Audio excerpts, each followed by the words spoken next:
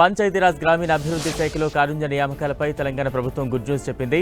ఎంతో కాలంగా పెండింగ్లో ఉన్న కారుణ్య నియామకాలకు రాష్ట్ర మంత్రివర్గం ఆమోదం తెలిపింది. మొత్తం 588 కారుణ్య నియామకాలకు కేబినెట్ ఆమోద ముద్ర వేసింది.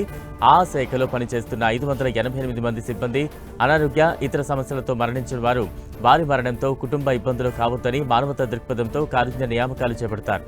ఈ శాఖల్లో ఎంతో కాలంగా కారుణ్య అమ్మకాలు పెండింగ్లో ఉన్నాయి.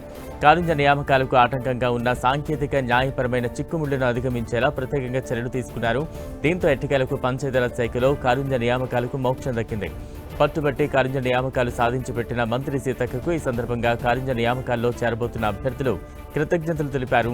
ఎంతో కాలంగా ఎదురు చూస్తున్న తమ సమస్యకు పరిష్కారం చూపిన ప్రజాప్రభుత్వానికి ధన్యవాదాలు తెలిపారు.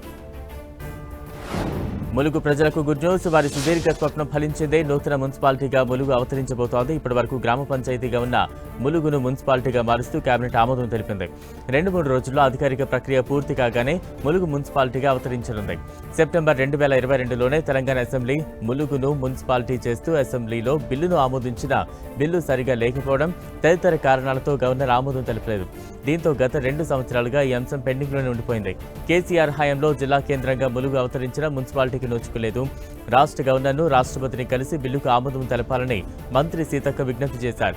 అయితే గత ప్రభుత్వం పాస్ చేసిన బిల్లులో పలు లోపాలు ఉండటంతో గవర్నర్ ఆమోదం తెలపలేదు. దీంతో మరోసారి ములుగును మున్సిపాలిటీగా ఏర్పాటు చేస్తూ పాత బిల్లును రీకాల్ చేస్తూ కేబినెట్ ఆమోదం తెలపడంతో ములుగు మున్సిపాలిటీకి మార్గం సుగమమైంది. ములుగు మున్సిపాలిటీకి కళ సహకారానికి కృషి చేసిన మంత్రి సీతక్కకు స్థానిక ప్రజలు ధన్యవాదాలు తెలిపారు. రైల్వే ప్రయాణికులకు ఇండియన్ రైల్వే గుడ్ న్యూస్ చెప్పింది. ప్రజల డిమాండ్ను దృష్టిలో ఉంచుకుని 8 మెము రైళ్ల సేవలను పునరుద్ధరించాలని ఈస్ట్ కోస్ట్ రైల్వే నిర్ణయించింది. 14 రైళ్లకు అదనపు కోచ్లను పెంచింది. విశాఖపట్నం పలాస, పలాస విశాఖపట్నం రైలు సర్వీసును మార్చి 1 వరకు పునరుద్ధరించారు. విశాఖపట్నం పలాస, పలాస విశాఖ రైలు సర్వీసు జనవరి 1 నుంచి మార్చి 1 వరకు పునరుద్ధరించారు. విశాఖపట్నం విజయనగరం రైలు సర్వీసు ఫిబ్రవరి 28 వరకు పునరుద్ధరించారు. విజయనగరం విశాఖపట్నం రైలు సర్వీసు మార్చి 1 వరకు పునరుద్ధరించారు. ఇక విశాఖపట్నం విజయనగరం రైలు సర్వీసు మార్చి 1 వరకు అందుబాటులో ఉంటుంది. విజయనగరం విశాఖపట్నం రైలు సర్వీసు మార్చి 1 వరకు అమల్లో వస్తుంది. ఈ రైళ్లలో జనరల్ సెకండ్ క్లాస్ సిట్టింగ్ కోచ్లు 10, second class cum luggage disabled కోచ్లు 2 ఉంటాయి. ప్రయాణికులకు సౌకర్యవంతమైన ప్రయాణాన్ని అందించడానికి 14 రైళ్లకు అదనపు కోచ్లతో రైళ్లను పెంచాలని ఈస్ట్ కోస్ట్ రైల్వే నిర్ణయించింది.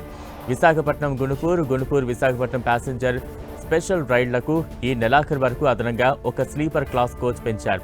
భువనేశ్వర్, కేఎస్ఆర్ బెంగుళూరు, భువనేశ్వర్ ప్రశాంత్ ఎక్స్ప్రెస్ రైళ్లకు ఫిబ్రవరి 1 వరకు ఒక థర్డ్ ఏసీ కోచ్ పెంచారు. Bhubaneswar Tirupati, Tirupati Bhubaneswar super fast express రైళ్లకు ఈ నెల 25 వరకు ఒక థర్డ్ ఏసీ కోచ్ పెంచారు. Sambalpur Nanded, Nanded Sambalpur super fast express రైళ్లకు ఈ నెలాఖరు వరకు ఒక థర్డ్ ఏసీ, ఒక స్లీపర్ కోచ్ పెంచారు. సంబల్పూర్ ఈరోడ్ స్పెషల్ ఎక్స్ప్రెస్ రైలుకు ఈ నెల 29 వరకు ఒక థర్డ్ ఏసీ, ఒక స్లీపర్ క్లాస్ కోచ్ పెంచారు. భువనేశ్వర్ జునాగఢ్ ఎక్స్ప్రెస్ రైలుకు ఈ నెలాఖరు వరకు ఒక స్లీపర్ క్లాస్ కోచ్ పెంచారు. పూరి యశ్వంత్పూర్ గరీబ్ రథ్ ఎక్స్ప్రెస్ రైలుకు ఈ నెలాఖరు వరకు ఒక థర్డ్ ఏసీ ఎకానమీ కోచ్ పెంచారు. ఏడాది శబరిమల అయ్యప్ప స్వామి ఆలయంలో ఈ నెల 15న నిర్వహించనున్న మకర జ్యోతి దర్శనం పండుగకు భారీ ఎత్తున శరవేగంగా ఏర్పాట్లు పూర్తిగా వచ్చాయని ఆలయ అధికారులు వెల్లడించారు. శబరిమలకు వచ్చే ప్రతి భక్తులు సులువుగా దర్శనం చేసుకుని తిరిగి క్షేమంగా వెళ్లాలన్న లక్ష్యంతో ఏర్పాట్లు చేస్తున్నామని Sabarimala administrative district magistrate RS Nair ఓ ప్రకటనలో తెలియజేశారు. ప్రస్తుతం రోజు 90,000 మంది కన్నా ఎక్కువ మంది భక్తులు శబరిమలకు వస్తుండటంతో విపరీతమైన రద్దీ ఉంటోందని చెప్పారు. ఈ మకర వెళ్లకు పండుగలో భాగంగా ఈ నెల 12న పంతలం నుంచి తిరువాభరణ ఊరేగింపు ప్రారంభమవుతుందన్నారు. పండుగ సజావుగా సాగేందుకు ప్రభుత్వ విభాగాలన్నీ సమన్వయంతో పనిచేస్తున్నాయని, ఈ నెల 10 నాటికి ఊరేగింపునకు కావలసిన అన్ని ఏర్పాట్లు పూర్తవుతాయని నాయర్ ప్రకటించారు. మకర జ్యోతిని దర్శించడానికి భక్తులంతా ఎక్కువ భారీగా గుమిగూడి ఉంటారో ఆయా ముఖ్యమైన ప్రదేశాల ఏర్పాట్లను పదనంతిట్ట జిల్లా కలెక్టర్ పరిశీలిస్తారని వివరించారు. గత డిసెంబర్ 30న శబరిమల అయ్యప్ప దేవాలయాన్ని తెరిచారు. మండల పూజ తర్వాత డిసెంబర్ 26ను మూసివేశారు. ఏటా జరిగే 41 రోజుల సుదీర్ఘ యాత్రకు సంకేతంగా ముందుగా అవన్నీ పూర్తి చేశారు.